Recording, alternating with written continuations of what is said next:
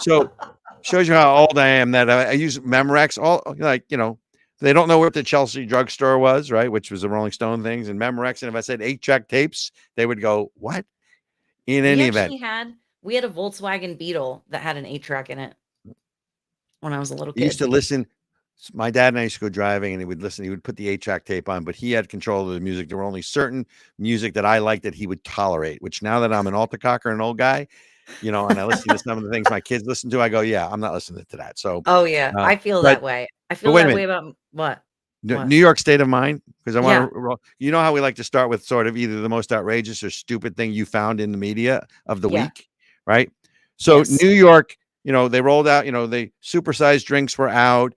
You can now buy drugs in a vending machine. As of January 1st, it's not only a New York state of mind, it's the New York smell, because they are banning, you check into the hotel rooms, all those little toiletry bottles that, shampoo and soap and all that, they're now banned for the economy. New York just signed a law. New York, a small shampoo bottle ban at hotels effective January 1st, 2025. Any hotel with more than 50 rooms will not be able to provide toiletry bottles under 12 ounces. Oh, because of climate change. Right. Well, first of all, I'm sure all the immigrants that, the illegal immigrants that are taking up hotel rooms in all these luxury places in New York City, they're running out. So under the, they're in the auspices of it's good for the environment, because everything they want to do is good for the environment. Right. But so that smell starting in January probably won't start till like springtime when the heat comes. We've got the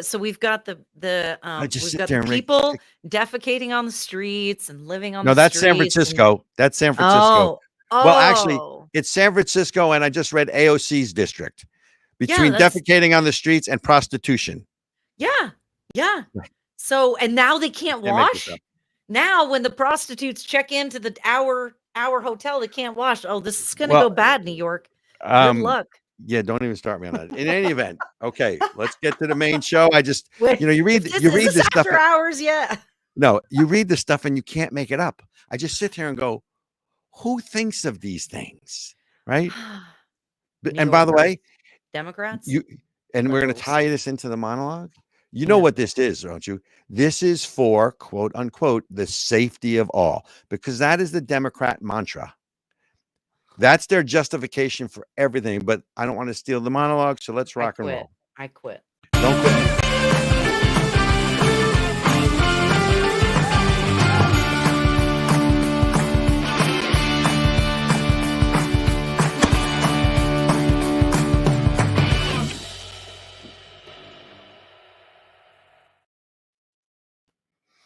Hello, and welcome to Of the People. Thanks for joining us again. Democrats and democracy. The Democrat mantra, and ladies and gentlemen, it is not the Democratic Party. It is the Democrat Party. And the distinctions are important here. The Democrat mantra is always save democracy. Everything is save democracy with them. You can't elect the evil Donald Trump because we need to save democracy. You have to drive an electric car because you have to save democracy. You can't own guns because we have to save democracy. You can't eat meat. You shouldn't use oil. All those things are to save democracy. But I have to tell you, after the events of the current week, I cannot think of anything more undemocratic than, what should we call it, the soft coup that was perpetrated in front of our very eyes to remove a sitting president from his reelection campaign. And obviously we're talking Joe Biden. It's very clear once he became a liability and he outlived his usefulness and his purpose, he had to go. But let's recall the facts here. Fact number one is, in the history of presidential debates, there has never been a presidential debate before a convention. So why have it this year? Why intentionally put up your candidate or the sitting president when you know he's enfeebled, you know he is mentally not, his mental acuity is not there, right? Unless you wanted him to fail. And by the way, all of us who saw the debates, here was a guy that was pumped up on something, Adderall, something, and he still failed miserably. So you have to realize that this was done intentionally before the convention, but after he had secured all the delegates, right? So it raises the question, and I know as an aside, where is that interview that special counsel Robert Hur did? Remember, it came out in 2024, the Biden classified document scandal, that Robert Hur basically said, and he was a legally appointed special prosecutor by Merrick Garland, basically said he's a kind old man with a poor memory and no jury would convict him. And even then, he was unfit to serve, right? So no charges. Now, look, I've been saying this for a long time on this podcast. Ericka, bear me out as my witness, is we have said 6 months, a year, that Joe Biden would not be the president. And it's very simple. They made him an offer he couldn't refuse, right? A la The Godfather. There'll be one of two things on this piece of paper, your signature or your brains. And in this case, he had two choices. Either you leave voluntarily and you can keep your ill-gotten booty over 52 years of a public career. You can keep your son out of jail and just go quietly into the sunset. Or if you don't leave, we'll destroy your family, we'll eradicate your wealth, and your son's going to jail. Now, I don't know that for a fact. That's my opinion. But you want friends in politics, ladies and gentlemen, buy a dog, because this is hardcore politics. And the Godfathers, whether it's Barack Obama, Nancy Pelosi, Chuck Schumer, and others, basically made him an offer that he couldn't refuse.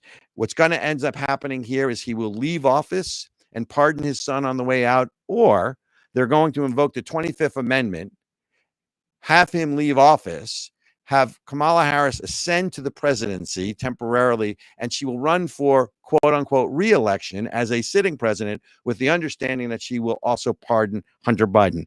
That deal is in the works. But it raises a larger question here. Is the Democrat Party, in fact, democratic? Clearly, they don't believe in democracy based on what we just saw. And democracy is an inconvenient little thing they need to work around.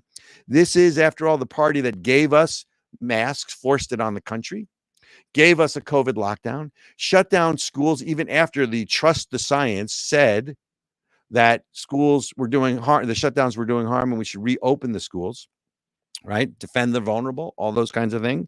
And these are the same people that the sky is always falling and it's the end of the world if we don't cut our carbon emissions, if we don't, stop eating meat, if we don't join this climate accord, if we don't, all of these things that they say that the world is ending and they have to save democracy.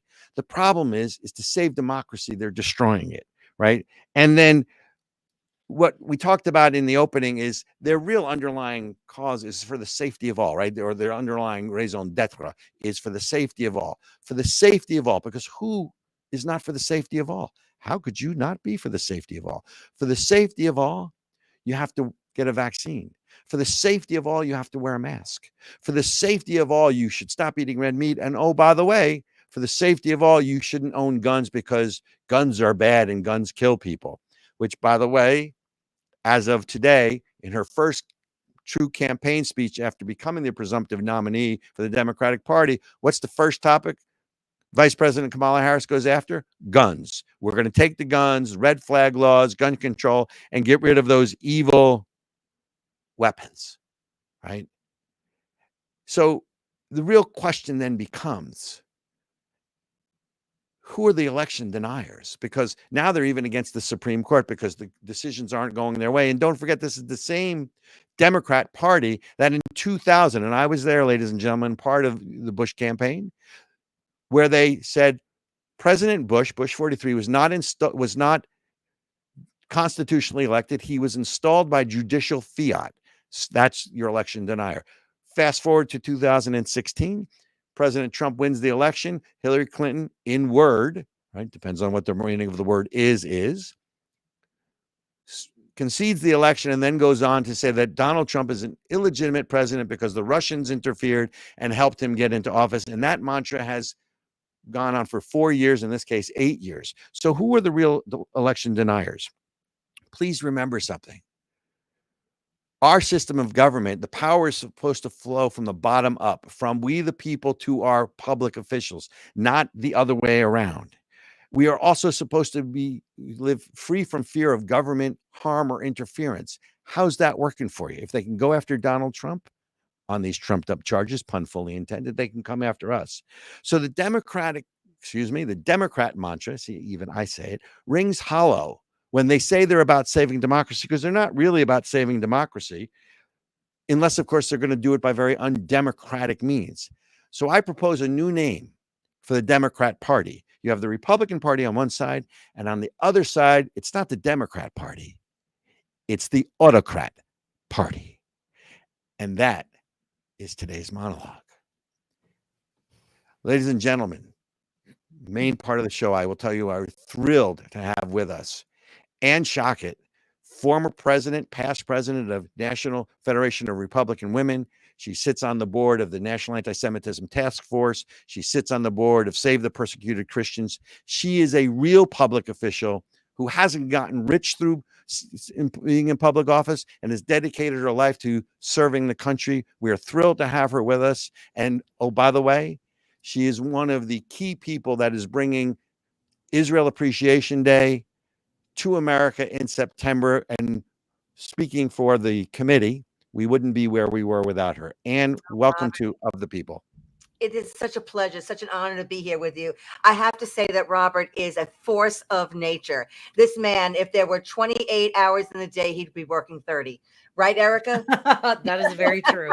Yes, ma'am. Absolutely. And we are all inspired by his work and his dedication to this country and also to Israel. So thank you, Robert. You're the one who gives us those shots of B12 and helps us move forward. I appreciate that, but I will tell you, being a veteran of this, you are only as good as the people you surround yourself with, right? What you can accomplish through your own abilities is limited, and what you can accomplish through the abilities of others is unlimited. And I mean this, I know this is sort of a mutual admiration thing with you and I. Yes. And we didn't know each other before this project, so it's been a privilege and a pleasure working with you. We're not where we are without you, so thank you so much. Oh, thank you. And I'm so glad to be here, quote unquote, live in person. But basically, it's just a great time for people to understand, to comprehend exactly what is happening in this nation and throughout the world. And so this is why your podcast is so important. So thank you for including me. My pleasure. I want to jump right in because I know you are a longtime political power player. I get that. You were at the 2016 convention, were you not? I was at the 1981 too. Well, you're not supposed to tell people it. We're not age guessing, but I wasn't at the Reagan one, right? But I had just been elected as a state committee woman a few years before, and I was so honored to be there because President Reagan happens to be one of the top American presidents in my book. So yes, I was ready to rock and roll in Cleveland, the home of rock and roll, back in 2016. And there was a sense of urgency there after 2 terms of Barack Obama, who set the stage for socialism. But now, of course, the country is even in worse condition. So here's my question for you. How would you compare the difference between 2016, the energy, sort of the mood of the country, the mood of the convention, versus what by all description was just an incredible convention this year in Milwaukee? How would you, what's your sense on the difference? There was a lot of excitement, a lot of high energy, of course, going into the 2016. But at that particular point, you didn't have as dire a condition as you have now. So I think, and obviously, if the Democrats keep on going, this country is going to be destroyed. Crime, illegals, inflation, the border, drugs, human trafficking, domestic terrorism, and the list goes on and on. This year, we saw our Republican Party united like I've never seen. And plus there were really exciting features. It pulled in more diversity, racially to economically, even a union president and a rap singer. I mean, I'm telling you, I think that basically this was the production of a lifetime. Yeah. Absolutely. But I think people are feeling it, Robert and Ericka. People are feeling it. We all buy the same gas. We all go to the groceries for the same food. We paid our rent. I mean, this is what people do, and they are suffering, and they wanted an outlet, and this just exploded at this convention. It was like no other convention, possibly in the history of our country. And Robert, this is why your podcast is so important, because it is no other time like any other time in the history of our United States. Perhaps the revolution, but no other time. That's how I feel. So that's my perspective on the difference between 2016 to 2024. Got it. No, that makes sense. And I will tell you, and Eric, I don't know if you had also listened to the speech, but I will tell you that that President Trump's acceptance speech was very different in 2024, right? True. And look, had my vote in 2016, has my vote now. As Eric and I are fond of saying, and Ericka, please feel to jump in. I would vote for my dog over Joe Biden. And frankly, you put an R behind anybody's name right now, right? Yeah, I mean, look, in all seriousness, if Nikki Haley had been the nominee, I would have voted for her. If Chris Christie was the nominee, if Vivek Ramaswamy, I mean, even though I don't agree with all of their positions, any of them would be better than what we had. And I'm the type of person that tries to keep the big picture in mind. But I was impressed by the unity and unifying theme of the speech. Yes. Right. And the hope and the positive outlook. And I juxtapose that. I was with you. We didn't know each other then, but I was at the 2016 speech convention as well. It wasn't in Milwaukee. But Ericka, what did you think of the speech? Well, I mean, aside from it being about 45 minutes too long, other than that, I did think it was great. And actually, there was something I really noticed, and Ann, I would love to get your take on this, both of you, actually. When we saw President Trump come out for the RNC, his eyes look different. There is if you look back at other videos of President Trump, you see that fierce warrior look in his eyes. And there was this, when he came out, there was almost a humility that you don't normally see. Like, you could see that he was like feeling the love from people. I don't know. He just looks different to me. Did you either of you notice that? Yes, and I think you expressed that absolutely perfectly. He had just gone through a life-threatening emergency. He was almost killed. And through divine intervention is what he believes, and so many people do, he is standing up there. And yes, you're absolutely right. The man was humbled, so much so that he had announced that his speech would be changed. And he felt the necessity of sharing his experience. And in a sense, I'm just thinking of this now, so please excuse me. I'm just talking that basically there's an analogy here between the almost death of our presumptive nominee at that particular point and the death of our nation. And I think he possibly made that correlation, because we are in such dire straits right now that basically we don't know whom to trust. We don't know really how to move forward in the correct way. We are concerned about having this election stolen. There are so many things that are happening now, and people, as I say, they are on emergency alert. So I think he actually has such a heart, as did his parents, such a heart for this nation, and he wants to see it succeed. This is what it is. So that speech, you're right, and the entire convention, Ericka, meant the world to him.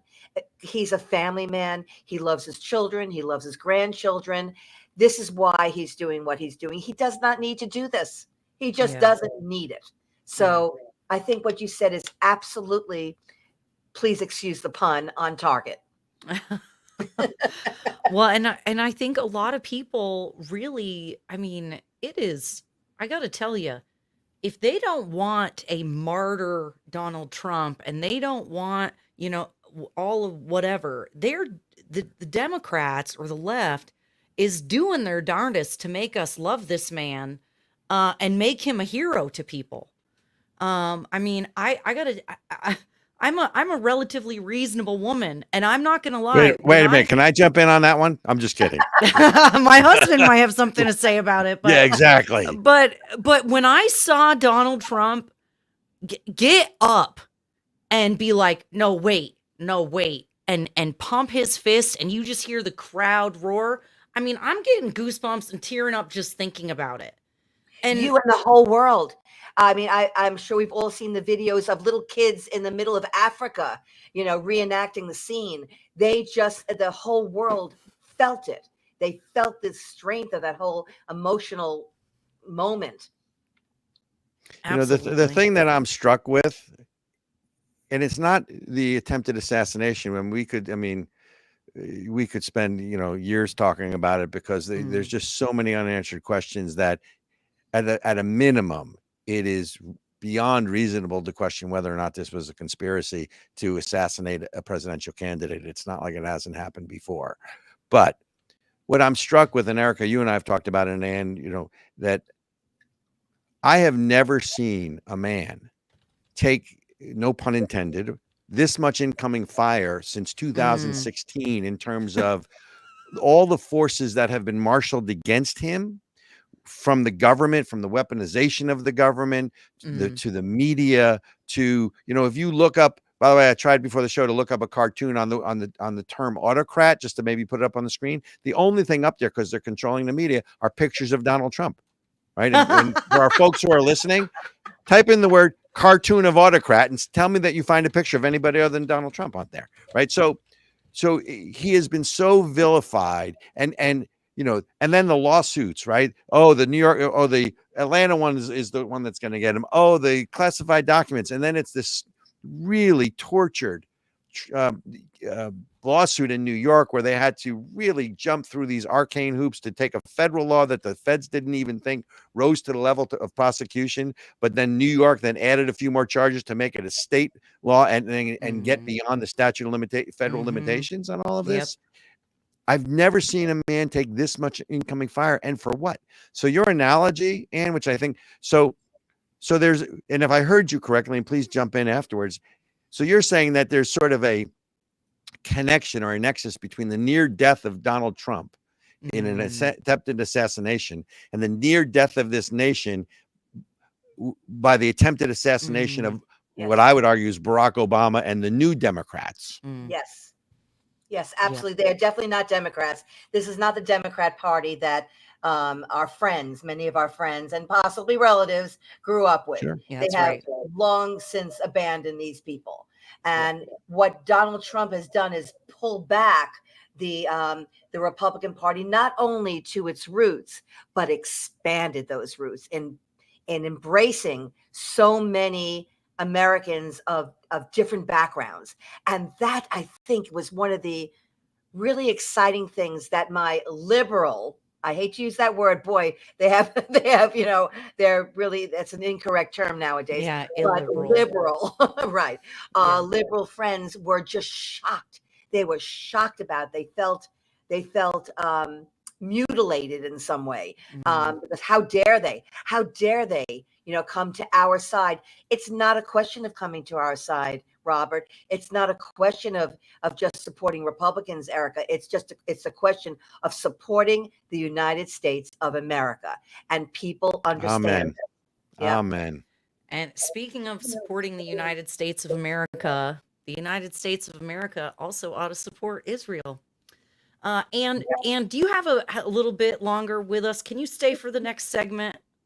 I would be so honored. This would be wonderful. Thank you. All right. Fantastic. We're going to take a quick break and hear from our friends over at Israel Appreciation Day. Why Israel Appreciation Day?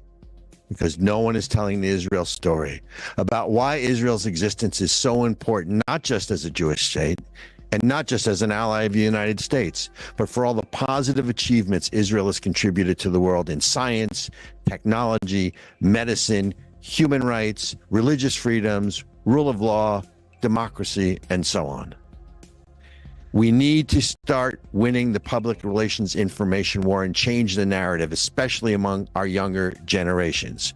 We need to get the information out there and arm those people who understand the seminal importance of Israel to the world.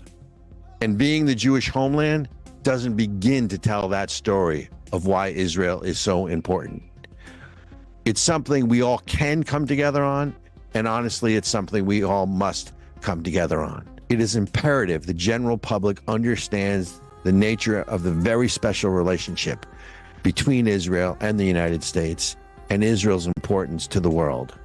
So please join us on September 18th in Washington, D.C. as we celebrate Israel Appreciation Day. You'll also be able to find us live on all the streaming channels, including Roku, Apple TV, Dish Network, and others. Because never again is now.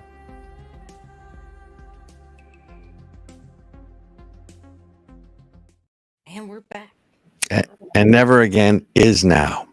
So Ann, before we wade back into the cesspool of DC politics, and let's talk just a little bit about Israel Appreciation Day and why you got involved, why it's so important, and just your perspective on the relationship, the unique and special relationship between Israel and the United States. I hope, Ericka, that this segment is at least 2 to 3 hours long.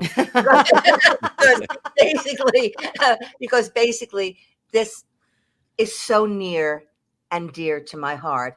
It is, being a Jewish person, I feel the closest of connections.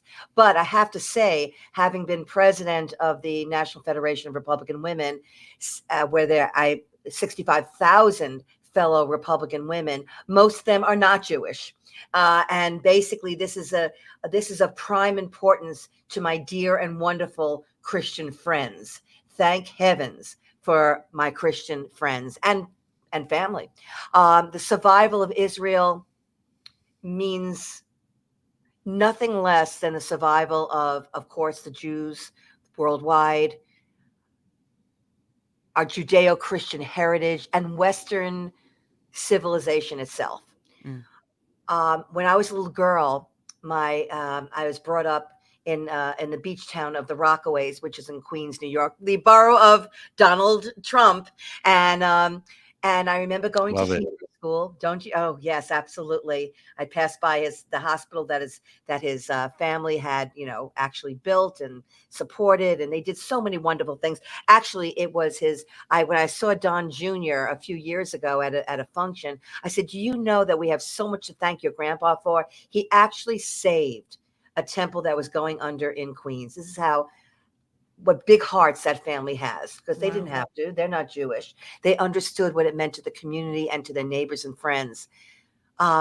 So my family had founded a temple back in the Rockaways called Temple Bethel. It's now 102, I believe, years old. And I remember going to Hebrew school, and we were learning about this state of Israel. And the books were so fresh and so new that when you open them, you could hear and you can feel the cracking of the binders. This is how young that state of Israel were. In the books were black and white photos of the Sabras, people actually born there, and the newcomers tilling the soil, working the land to make it truly the land of milk and honey, working side by side, creating deserts into lush gardens. The maps showed a little itsy bitsy nation, this little sliver of a nation that's about the size of New Jersey, right, Robert? About New Jersey, right. your home state. Can you imagine? Exactly. And not only that, and Israel is a nation that has been surrounded by its enemies, sworn to its destruction since it came into existence. Right? Absolutely. And that's part of it. But the thing that for us with Israel Appreciation Day is it's everything else besides being a Jewish state and a U.S. ally that makes it so important, right? Human rights, women's rights, freedom of speech, freedom of religion. There's a reason that all the international press bureaus have their offices in Jerusalem, but they're not in Qatar, right? Because they don't have freedom of speech there.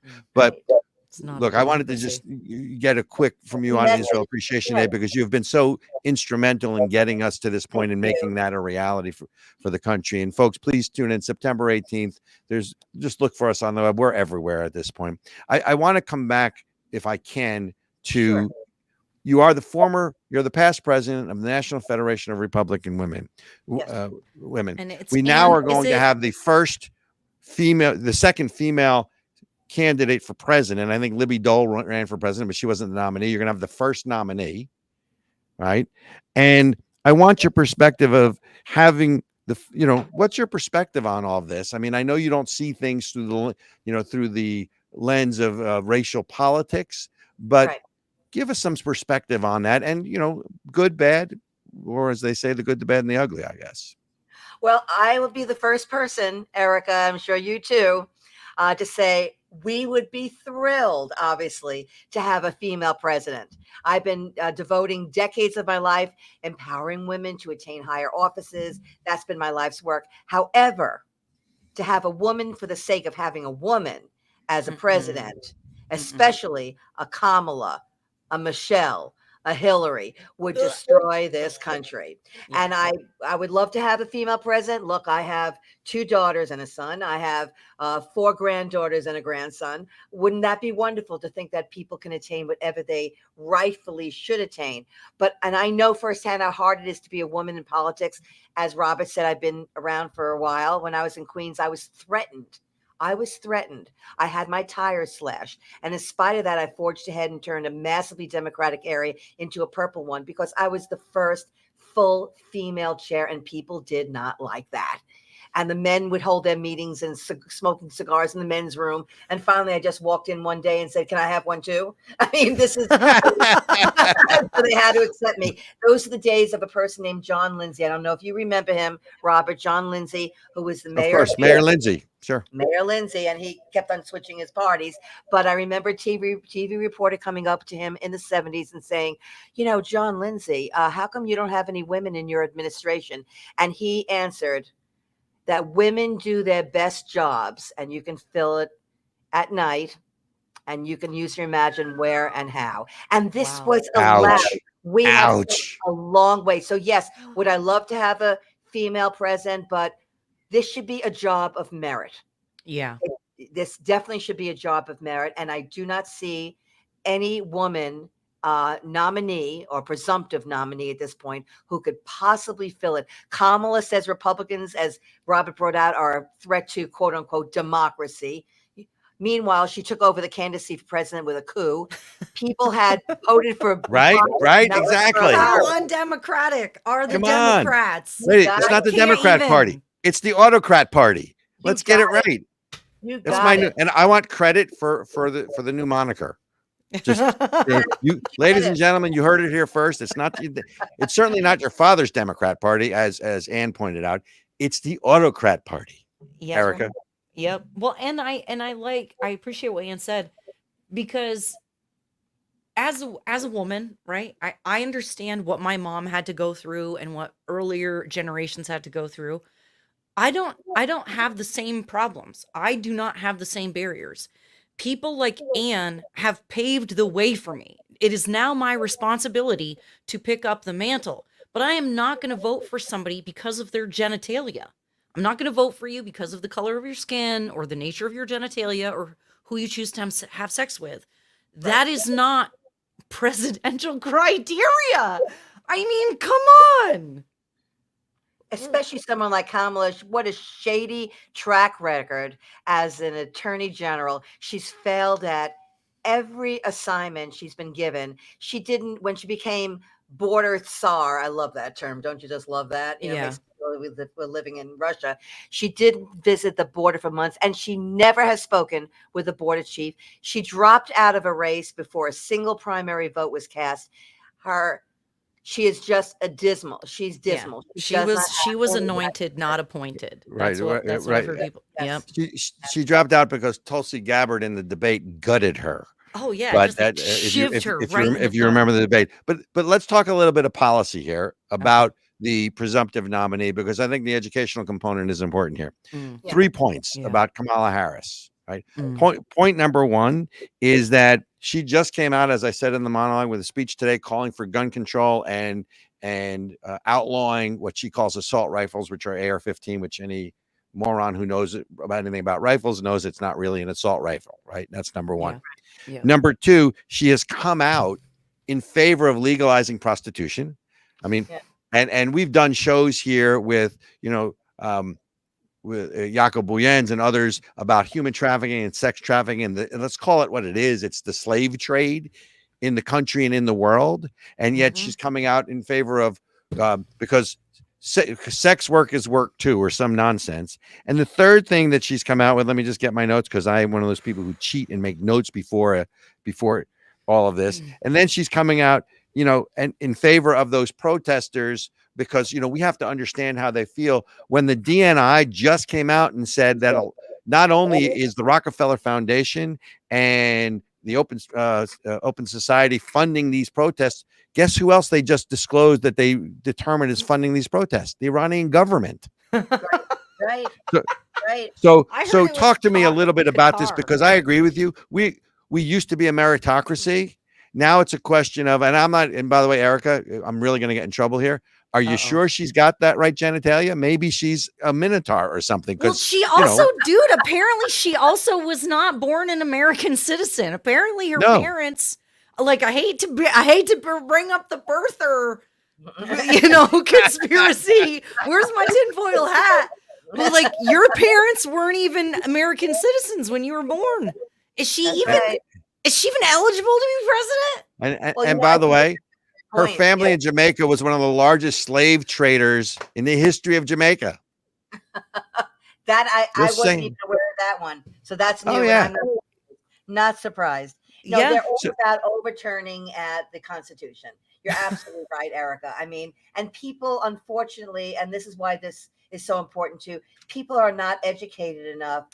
They don't have the right courses anymore in schools. The way we used to have them. People don't even know the Constitution. They don't know what why they should be protected. They want to overturn the Constitution under people like under Kamala. They will try to persuade the Congress to negate the filibuster. They're going to try to pack the Supreme Court. They are going to take away our guns. They're showing our allies won't defend them. I mean, how much more? And of course, they're decimating this country. I mean, Gavin Newsom, I think, just recommended an amendment to the Constitution to ban guns, a right to be free from gun violence. That's right. I mean, these people do not care about the Constitution. They do not. People don't know. It's like that whole thing with the feral hogs, feral pigs, I should say. And how do you control? How do you control people? And you use that analogy of, putting out some corn and a few of the pigs come in. And then after a few days, you put up on one side of the fence, and this goes on until the second side, the third side, and the fourth side of the fence are all built around these pigs. And all of a sudden they realize, oh my gosh, I'm enslaved. And this is what they're doing. They're giving away our country to people. I did it in fast motion this time. It usually takes me a little longer to do that. But they're giving away this country, and they're giving away our resources, and they're giving away our rights. And basically people are not aware. They're just not aware because and I don't blame people. I don't. People are busy. They have lives. They have emergencies. They have people whom they should be taking care of. But you know what? The way you really take care of each other is to know what's rightfully ours. And the fact that we are being invaded right now and we are being taken over. This is I think, Robert and Ericka, this is one of the most vital points in our American history. Really. Absolutely. Yep. So Ann, are we at a tipping point? Is that where we are? I believe we are. And you know what? I tell you, it's just like how I felt on October 7th.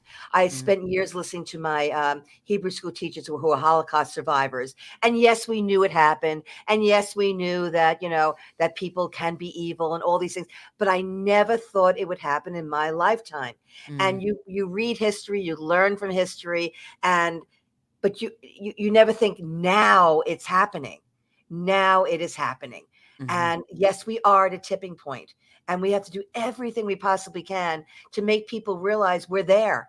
We have arrived, and we have allowed this to happen through people like Barack Obama and Joe Biden. Really not Joe Biden, the people who are controlling Joe Biden, but basically his administration. You raise an interesting question. Let me ask it this way. Sure. Clearly, Joe Biden is not running anything or making any decisions, and he hasn't been for quite some time. Who's running it? I mean, and I ask you that not because you have a crystal ball or you have, you inside knowledge, but you have a long career in DC. You have a feel for it. You're there. You're an insider. What's your sense of that? Because my attitude has been, and Ericka, you can jump in here, is that this is really the third term of Barack Obama unchanged, right? These are all the things that, since his name isn't on it, because I just saw the statement he put out when Joe Biden was going to, agree to step down, which, by the way, so Barack Obama's statement basically said about Joe Biden, Joe Biden wouldn't make this decision unless he believed it was right for America. It's a testament to Joe Biden's love of country and historic example of genuine public service where he got rich. I put that in there, not him. Once again, putting the interests of American people ahead of his own, that future generations of leaders will do well to follow. Yeah. I would like to put the American people's interest ahead of my own. And if you can give me $52 million from China and Ukraine and everything else. But my point in all of this, getting the cynicism aside, is Barack Obama is still the golden orator, right? He's the one, right? Yeah. Who's running? Who's making decisions in the White House if it's not President Biden? What do you think? I think you follow the money. It's as simple as that. You follow the money. There you go.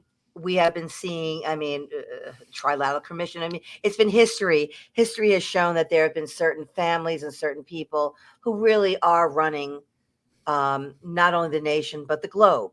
And this is a war, not just to eliminate the United States as we know it, but to make us a part of a global enterprise. So you have people like Soros, you have people like the Rockefellers and others who have massive amount of monies, and they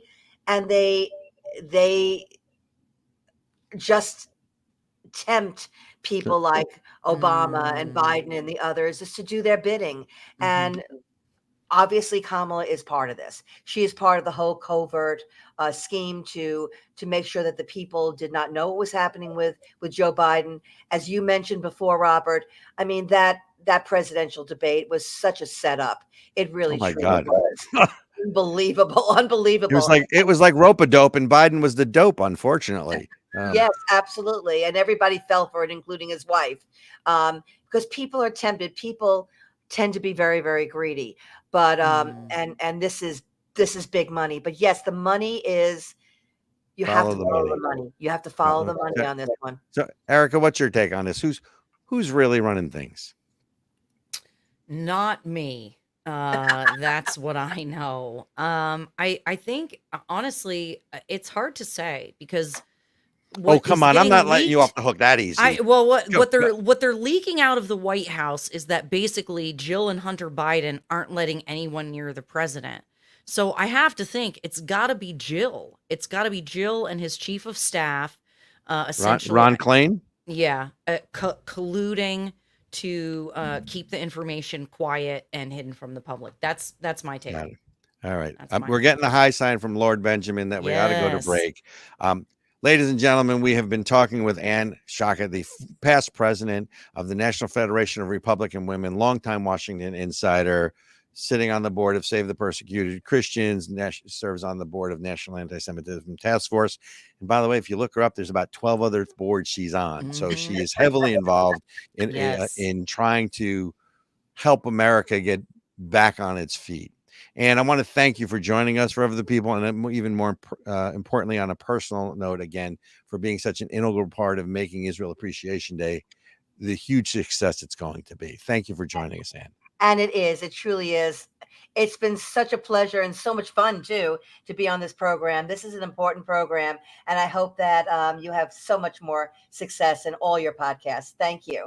Thank you. And Ericka, where can they find us before we go to break? Before they can find us on all of the socials, Instagram, YouTube, Rumble, Twitter, and we're also everywhere you can find your podcasts. So definitely check us out. And if you're in New Hampshire, you can even find us on the radio on Thursdays. WNTK 99.7 on the dial, Thursdays, 9 a.m. Be there. Shout out to the New Hampshire Federation of Republican Women.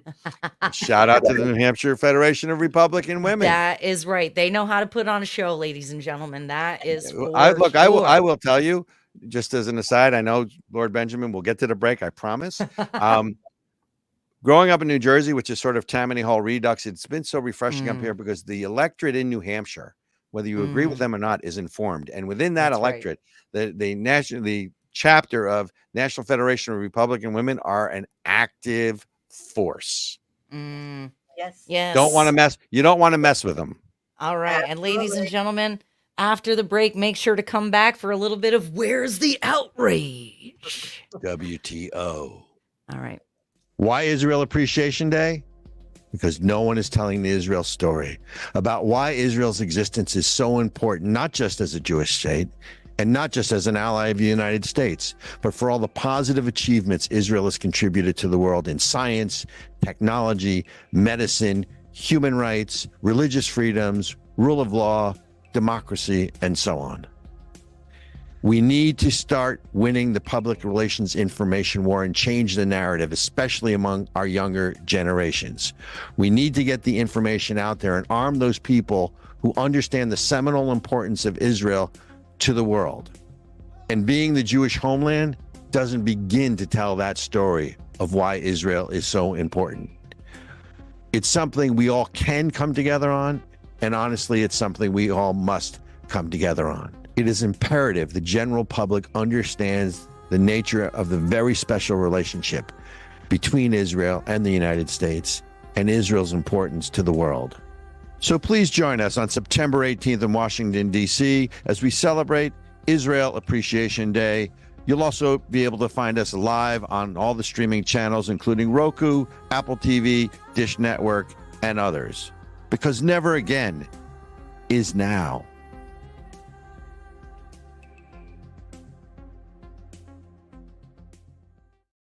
All right. And ladies and gentlemen, if you are watching, make sure to like this video, subscribe to this channel. It costs you nothing. And most importantly, share it with your friends and family.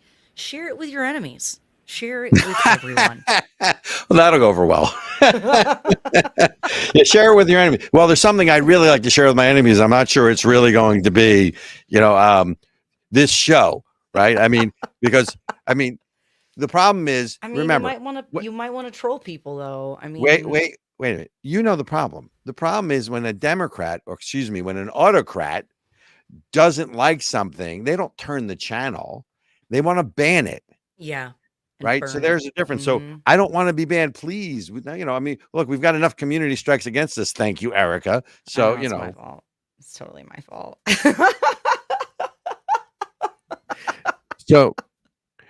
So I want to go back to the convention. First of all, Ann, if you're listening, thank you. Please come back again. What a wonderful guest to have. Ann Schockett. But I want to go back to the convention.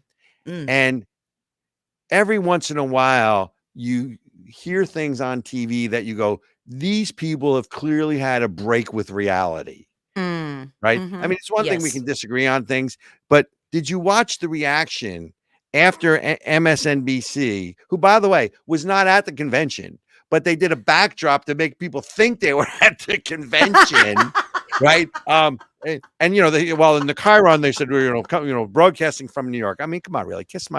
We're not after hours. Amazing. But in any event. That's amazing. But sometimes you just listen to them and you go, these people clearly have a break with reality. So I don't know if you heard this, but a couple of things. So obviously the first one is J.D. Vance, who, by the way, you heard it here first. My premonition is, and I do have premonitions, J.D. Vance will be president after Trump. You heard it here. It's July 23rd, 2024 at 7:51 p.m. JD Vance will be president after Trump. And it's not because I want him to be. It's just, you sometimes just wake up and go, oh, ooh. It was just sort of a message. He's got it. I think so. And he's got the background to build a coalition. Right. But they're going after JD Vance as a white nationalist, which I don't understand. How do you? I mean, it's like they're throwing shit up against the wall and hoping it sticks. The guy has married a woman of Indian ancestry. It doesn't matter. Who is a woman of color, right? And yet he's a white nationalist. Of course, look, she must be. So, by the way, if someone who is black either marries someone white, or sort of subscribes to the white nationalist view, they're an Uncle Tom. So if someone who's of Indian descent, they're not an Uncle Tom. What are they?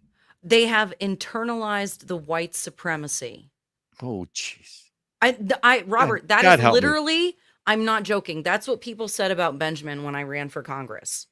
That he couldn't possibly be that he had an influence on making me more conservative. It must be that he's dim-witted and incapable of thinking for himself, and me, the overpowering evil white lady, brainwashed him.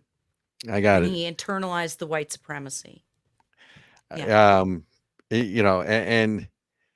remember, Robert, you're not white either. You're also white. Remember? No. I self-identify as a black. Wait. We've been clear on this. I identify as one of two things. Lord Benjamin, get my picture ready. I identify as a minotaur. Where's my picture? Come on, pull it up. All right. I identify as a minotaur. Let's see how quick. There it is. Robert is now identifying as a minotaur, right? I'm just glad that I didn't identify as like Batman, when I was 7 and they did a sex change, to put on the wings or something. But luckily we don't have a picture of as a black lesbian woman. Well, but that was my other self-identification because I want the reparations money that San Francisco's handing out. Right? Come on. I mean, why should they have all the fun? I'm sorry. But I'm sorry. So he's working on 3 AI. That's pretty funny. But here's the other thing. And then you have Joy Reid, who has the most racist person on television, to come out and say, well, Joe Biden getting COVID and recovering from COVID is like Donald Trump recovering from a bullet, getting shot. I swear. Wait, you want me to read it to you? I can read it to you. So here's what she said. Joy Reid said on when Trump was shot at the rally, said, this current president of the United States is 81 years old and has COVID and should be fine. Right. So if he does fine and comes out of it and comes back and is able to do rallies, isn't that the exact same thing as Donald Trump recovering from getting shot? Lord is my witness. I mean, you have to go. These people are having a break with reality. Like we should get Dr. Lori Feynman back on here because she's trained in this. But to me, that's a psychotic break with reality. I don't even understand. How can you even that dude can't make it to the refrigerator to get himself a frosty beverage and back safely. How do you know that? Because we watch him go like this. Yeah, don't you love the shuffling feet thing? Bro, I mean, like anybody who has any family member who has gone through cognitive decline knows exactly what that looks like. That's right. Oh my gosh. Okay. Answer me this. Okay, so people are going through the whole resignation letter, and nobody's actually talked to him or heard from him in 5 days. And the signature on the resignation letter has an underline, but his signature never has an underline normally. Well, he's giving a speech on Wednesday evening.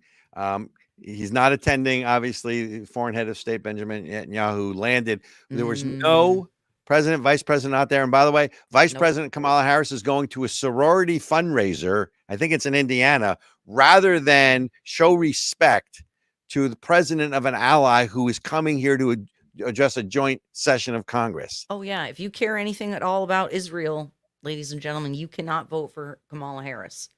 But I want to go back to these psychotic breaks on MSNBC because you can't believe it. So Michael Steele, who, by the way, was he served as the RNC chair once upon a time. And you got to wonder, how they installed him in. So he wanted to know, was Trump actually shot? And here's what he said in his own words. Oh my God. Well, if he was shot by a high caliber bullet, there should probably be very little of his ear there. And so we'd like to know that.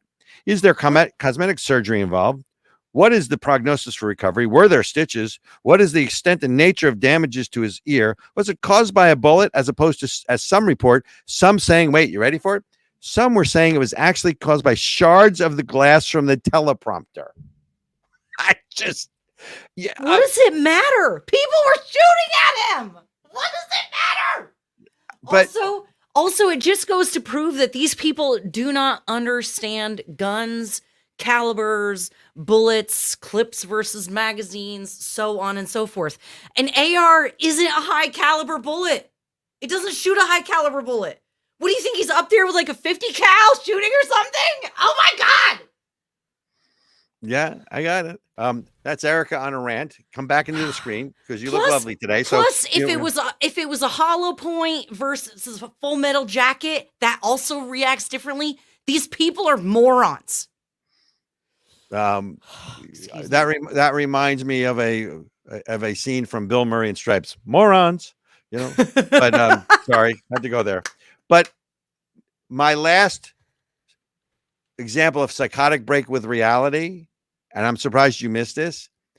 Rachel Maddow, right? The madam, right? The madam of MSNBC, or the MSNBC madam. No, we're not talking about prostitution, ladies and gentlemen.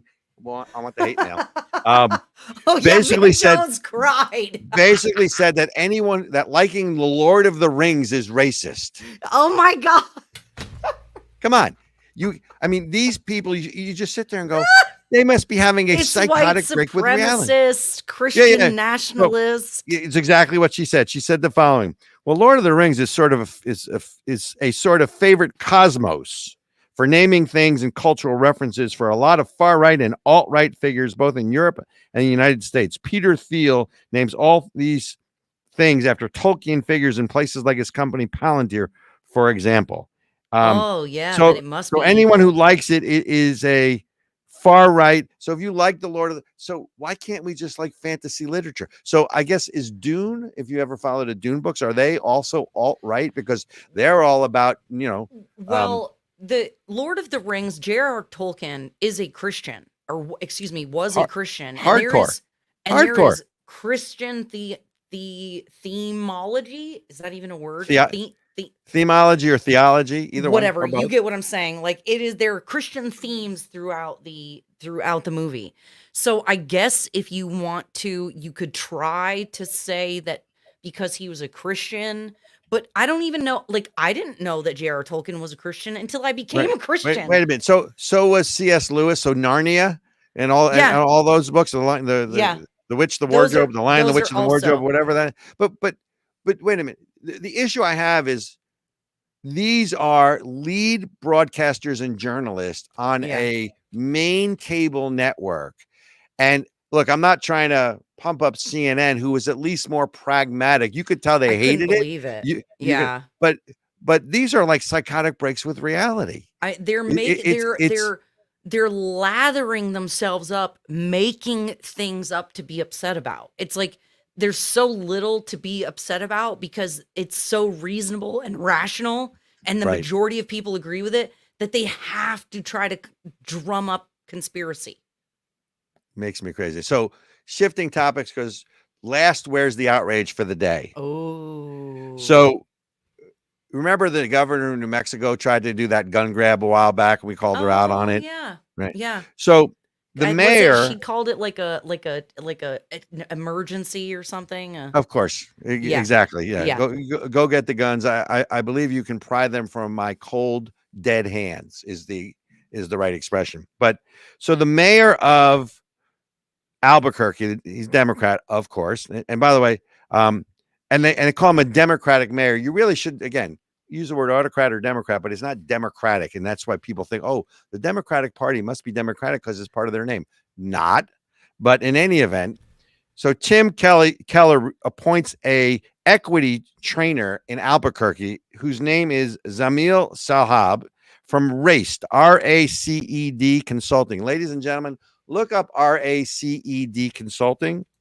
And here's what I can't even read it. Zamil Salhab, as I say, he is a genderqueer first-generation American and post 9/11 veteran who said, being first generation and being black and being queer, and then go into what I believe is the home of white supremacy and patriarchy, the military, right? So there we go again, right? Home of white supremacy, because society not only teaches that black bodies are worth less than white bodies, and then to be a woman, because I guess the guy, transgendered into a woman, I guess.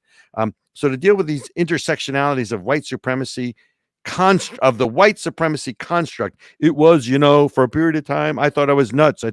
This is the people who are training the public officials to have sensitivity to white supremacy in Albuquerque. So just when you think like the pendulum is crested the other way, you get stories like this going, we are not out of the woods yet, Ericka. Yeah, no, it is so true. And it's,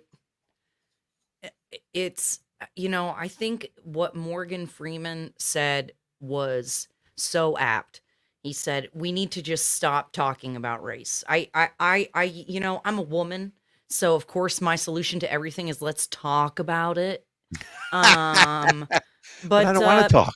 Yeah, maybe in this case, that should not be what we do. But before we run out of time, it looks like Lord Redic worked on that AI for us.